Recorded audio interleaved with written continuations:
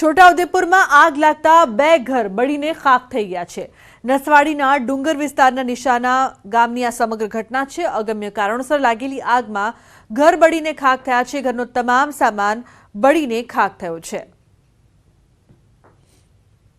મહત્વનું છે કે ઘરનો સામાન બળી ગયો હતો। આગ લાગતા અફરાતફરીનો માહોલ જોવા મળ્યો હતો।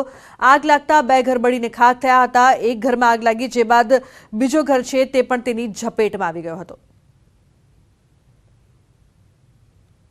મોટા શહેરોમાં હાઈ રાઇઝ બિલ્ડિંગોમાં બનતી આગની ઘટનાઓને ટાળવા એક વિદ્યાર્થીએ નવતર પ્રયોગ કર્યો છે।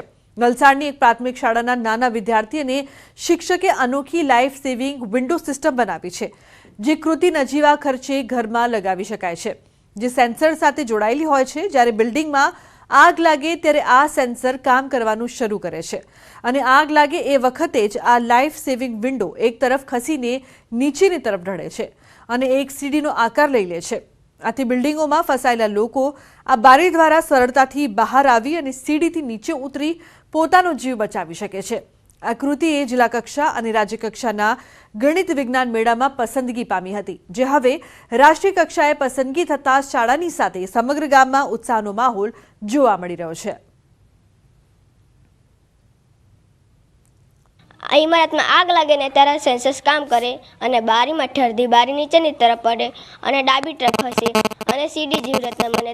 આગમાં ફસેલા વ્યક્તિ બહાર નીકળે અને નીચે સુધી સુરક્ષિત રીતે પહોંચી અને પોતાનો જીવ બચાવી લે છે। હાઈ રાઇઝ બિલ્ડિંગોમાં જો આ કૃતિ ભવિષ્યમાં લગાવવામાં આવે તો ખૂબ ઓછા ખર્ચે આગ બારી લગાવી શકાય અને આગ લાગે ત્યારે ઘણા લોકોનો જીવ બચાવી શકાય છે। જે કૃતિ લાઈફ સેવિંગ વિન્ડો જે હાલે જિલ્લા કક્ષાએ અને રાજ્ય કક્ષાએ પસંદગી પામીને હવે રાષ્ટ્રીય કક્ષાએ જવા જઈ રહી છે, તો એ બાબતે હું પણ ખૂબ ગર્વની લાગણી અનુભવું છું અને ગામમાં પણ એક નાના બાળક દ્વારા જે કૃતિ તૈયાર કરવામાં આવે છે એ બાબતે ખૂબ જ ઉત્સાહની લાગણી છે ગામના લોકોને પણ।